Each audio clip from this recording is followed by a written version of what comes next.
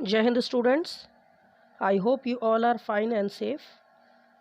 So in this video today we are going to continue our chapter number 4. Chapter number 4 का part 1 video आप लोगों ने देख लिया होगा. अगर नहीं देखा तो फिर से एक बार जल्दी से रिकैप कर लेते हैं.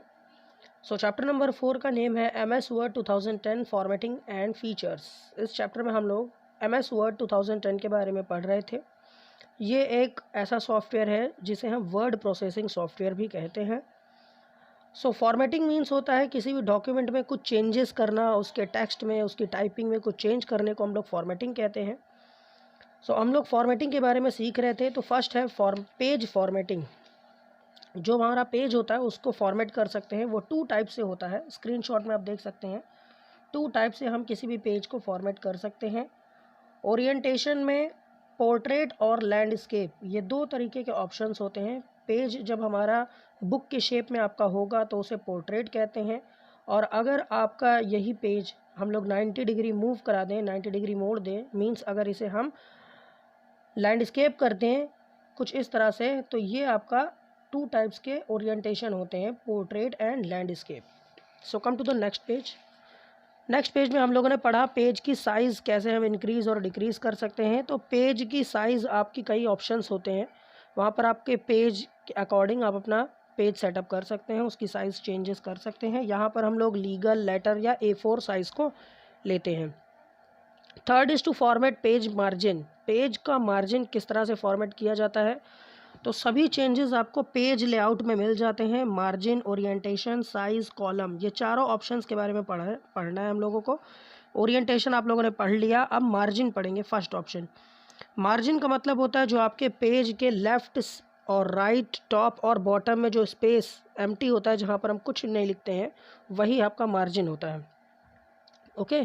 तो मार्जिन को हम लोग अपनी इंक्रीज़ और डिक्रीज़ भी कर सकते हैं. यहाँ से ये डायलॉग बॉक्स आपके सामने ओपन हो जाएगा. यहाँ पर हम लोग लेफ़्ट, राइट, टॉप और बॉटम की नंबर्स, डिजिट्स यहाँ पर सेट करके अपने मार्जिन को सेट कर सकते हैं. नेक्स्ट हेडिंग आता है कॉलम फॉर्मेटिंग. अब यहाँ पर 4th ऑप्शन आपके पास है कॉलम. ओरिएंटेशन, साइज़, मार्जिन पढ़ लिया आप लोगों ने. अब 4th ऑप्शन है कॉलम. चलिए कम टू पेज नंबर 37. देखिए 37 में पेज नंबर में आप लोगों ने कॉलम देखा कि जो आपका पेज है वो बीच से डिवाइड हो जाता है. जितने भी कॉलम्स आप करेंगे उस हिसाब से आपका पेज डिवाइड हो जाएगा. यहाँ पर आप स्क्रीनशॉट में देखेंगे ये जो पेज आपका दिया गया है ये 2 पार्ट्स में डिवाइड हो गया है, इधर लेफ्ट साइड और राइट साइड. क्यों? क्योंकि इसमें हम लोगों ने कॉलम 2 यूज़ किया है. यहाँ पर जब आप कॉलम बटन पर क्लिक करेंगे तो उसके सामने कई सारे ऑप्शन आ जाएंगे, 1 2 3 4 राइट. और यहाँ पर मोर कॉलम्स भी दिया गया है. अगर आप और ज़्यादा कॉलम भी इंसर्ट कराना चाहते हैं तो यहाँ पर आप अपने इंसर्ट्स करा सकते हैं. तो ये जो पेज आपके सामने ओपन है ये 2 मार्जिन वाला है, मीन्स 2 कॉलम वाला है. और अगर आपको 3 कॉलम्स चाहिए तो आप 3 कॉलम्स भी कर सकते हैं. ओके. तो ये कुछ काम आता है आप लोगों के, जब हम कोई लिस्ट बनाते हैं तब ये काम आता है. ठीक है. नेक्स्ट हेडिंग हम लोगों ने पढ़ा था लाइन स्पेसिंग. 2 लाइन्स के बीच में जो स्पेस होता है उसी को हम लाइन स्पेसिंग कहते हैं. लाइन स्पेस को हम लोग इंक्रीज़ या डिक्रीज़ भी कर सकते हैं. तो लाइन स्पेसिंग के लिए आपके पास एक बटन होती है, यहाँ पर स्क्रीनशॉट में आप देख सकते हैं. तो जैसे ही हम उस बटन पे क्लिक करते हैं तो हमारे ड्रॉप डाउन ऑप्शन ओपन हो जाता है. 1.0, 1.15, 1.5 इस तरह के कुछ ऑप्शंस ओपन हो जाते हैं. लाइन स्पेसिंग आप लोग इंक्रीज़ और डिक्रीज़ यहाँ से कर सकते हैं. ठीक है. नेक्स्ट आता है लास्ट हेडिंग आपका लिखा हुआ पैराग्राफ स्पेसिंग. पैराग्राफ स्पेसिंग के लिए पेज नंबर 38 पे आइए. पेज नंबर 38 पे पैराग्राफ स्पेसिंग के बारे में दिया गया है. अब पैराग्राफ स्पेसिंग क्या है? 2 पैराग्राफ के बीच में जो स्पेस होता है उसी को हम कहते हैं पैराग्राफ स्पेसिंग. लाइन स्पेसिंग क्या होता है? 2 लाइन्स के बीच में जो स्पेस होता है उसे लाइन स्पेसिंग कहते हैं. और पैराग्राफ स्पेसिंग मीन्स 2 पैराग्राफ के बीच में जो स्पेस होगा उसे पैराग्राफ स्पेसिंग कहते हैं. पैराग्राफ क्या होता है? 2 3 4 5 6 लाइन मिला करके एक पैराग्राफ बनता है. ठीक है. 2 या 2 से ज़्यादा अगर कोई लाइन्स लिखी गई हैं तो उसे हम पैराग्राफ बना सकते हैं. ठीक है. तो जिस तरह से आप यहाँ पर देख रहे हैं स्क्रीनशॉट में कि कुछ 2 लाइन्स ऊपर लिखी हैं और नीचे भी 2 लाइन्स लिखी हैं, लेकिन इसके बीच में जो स्पेस है वो ज़्यादा है. मीन्स ऐसे पता चल रहा है कि ये अलग अलग पैराग्राफ है. ठीक है. चलिए आज हम लोग अपनी क्लास स्टार्ट करेंगे इंडेंटिंग अ पैराग्राफ. पैराग्राफ की इंडेंटिंग हम लोग पढ़ने वाले हैं. An indentation of a text is the amount or the degree by which a paragraph is shifted, moved from the normal margin of the document. तो indentation मतलब पढ़ते हैं पहले क्या होता है। इंडेंटेशन का मतलब होता है अपने पैराग्राफ को नॉर्मल जो मार्जिन है उससे थोड़ा सा शिफ्ट करना, आगे की साइड पीछे की साइड शिफ्ट करना, हम लोग उसी को पैराग्राफ कहते हैं। मीन्स पैराग्राफ की जो फर्स्ट लाइन होती है वो आपकी नॉर्मल मार्जिन से थोड़ी ज़्यादा आगे लिखी रहती है, तो हमें पता चल जाता है कि ये एक न्यू पैराग्राफ है। ठीक है, तो इसे किस तरह से किया जाता है हम लोग पढ़ते हैं। So first point is to indent using the tab key. सबसे पहला हम लोग टैब की का इस्तेमाल करके अपने पैराग्राफ की जो फर्स्ट लाइन है उसे हम शिफ्ट कर सकते हैं। ये सबसे आसान तरीका है और सबसे शॉर्टेस्ट तरीका है, बहुत ही जल्द से जल्द आपका अपना फॉर्मेट हो सकता है। इससे होता क्या है, this will create a first line indent 1/2 inch. इसका मतलब ये कि जो आपकी फर्स्ट लाइन होगी पैराग्राफ की वो ½ इंच मीन्स आधे इंच आगे की तरफ शिफ्ट हो जाएगी, मूव हो जाएगी। तो ये पता चल जाएगा कि आपका ये न्यू पैराग्राफ है। First is place the insertion point at the beginning of the paragraph you wish to indent. सबसे पहले आप पैराग्राफ की फर्स्ट लाइन पे अपना कर्सर रखिए, अपना पॉइंट रखिए जहां पर आप इंडेंटेशन लगाना चाहते हैं। Second step is press the tab की। आप टैब की का प्रेस करेंगे, आपके कीबोर्ड में टैब की होती है लेफ्ट साइड में, टैब की का प्रेस करेंगे तो वो जो लाइन है थोड़ी सी आगे शिफ्ट हो जाएगी। You would see the first line indent margin move the right by the ½ inch. तो आप देखेंगे कि जो आपका फर्स्ट लाइन है वो ½ इंच आगे की साइड मूव हो जाएगा। तो स्क्रीनशॉट में आप देख सकते हैं कि जो फर्स्ट लाइन यहाँ पर पहले वाली पिक्चर में है, ये फर्स्ट लाइन बिल्कुल नॉर्मल है, जो नॉर्मल मार्जिन है आपका। लेकिन सेकंड वाले में आप देख रहे होंगे फर्स्ट लाइन थोड़ा सा आगे मूव हो गई है, शिफ्ट हो गई है। तो ये होता है हमारा इंडेंटेशन। आप अ जो लिखा हुआ है अ टेबल इज़ अ ग्रिड, तो अ के पहले आप कर्सर रखिए और टैब की का प्रेस करिए। टैब की को जैसे ही प्रेस करेंगे तो फर्स्ट लाइन थोड़ा सा आगे की तरफ मूव हो जाएगी। ये तब काम आता है जब नॉर्मली हम लोग क्वेश्चंस बनाते हैं। क्वेश्चन पेपर जब आपका बनाते हैं तो उसमें 4 ऑप्शन देने पड़ते हैं ABCD, तब ये काम आता है। तब ज़्यादातर मैं इसे यूज़ करता हूँ टैब की का। So next heading is to use the indent commands. चलिए आइए इंडेंट कमांड्स, अगर हम कमांड्स के द्वारा इसे करना चाहते हैं तो किस तरह से कर सकते हैं।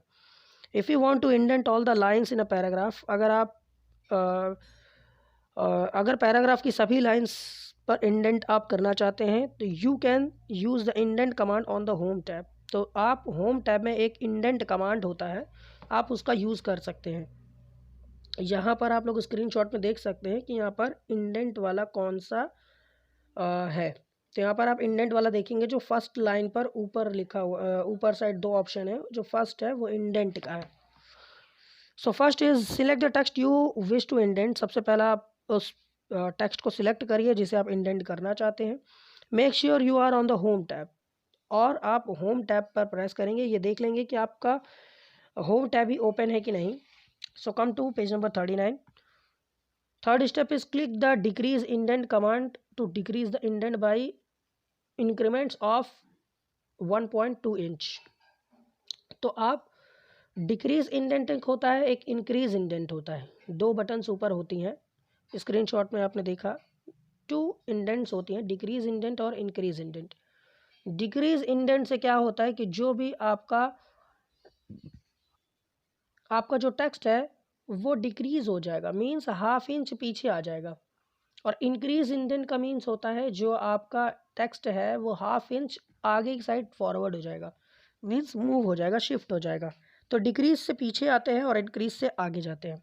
ठीक है, याद रहेगा।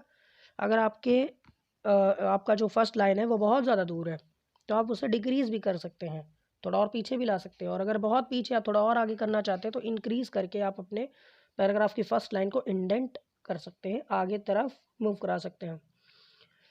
सो नेक्स्ट इज एडिंग और remove text in a document. किसी भी डॉक्यूमेंट में अगर कोई टेक्स्ट है तो उसे कैसे ऐड कर सकते हैं और डिलीट कर सकते हैं, मीन्स कैसे उसे लिख सकते हैं, टाइप कर सकते हैं और कैसे हटा सकते हैं। The different ways to add और remove text in a document is done as follows. तो आप अपने डॉक्यूमेंट में बहुत सारे टाइप्स के बहुत सारे प्रकार से, बहुत सारे तरीके से आप अपने टेक्स्ट को ऐड कर सकते हैं और रिमूव भी कर सकते हैं। So first is adding the text. Text को कैसे ऐड करना है। Position the insertion point on the place where you want to add the text in a between with the help of a keyboard. तो keyboard की सहायता से, जो आपकी एरो कीज़ है उसकी सहायता से आप जो आपका पॉइंट है, जो आपका कर्सर है, वो आप उस जगह पर ले जाइए जहाँ पर आपको टेक्स्ट इंसर्ट करना है, जहाँ पर आपको कुछ लिखना है। The existing text will automatically shift to make space for a new text. तो जैसे ही आप वहाँ पर कोई न्यू टेक्स्ट लिखेंगे तो ऑटोमेटिकली जो आपका टेक्स्ट लिखा होगा वो आगे की तरफ शिफ्ट होता चला जाएगा। आगे की तरफ शिफ्ट होकर के उसके उस वर्ड्स के लिए स्पेस ऑटोमेटिकली बन जाएगा।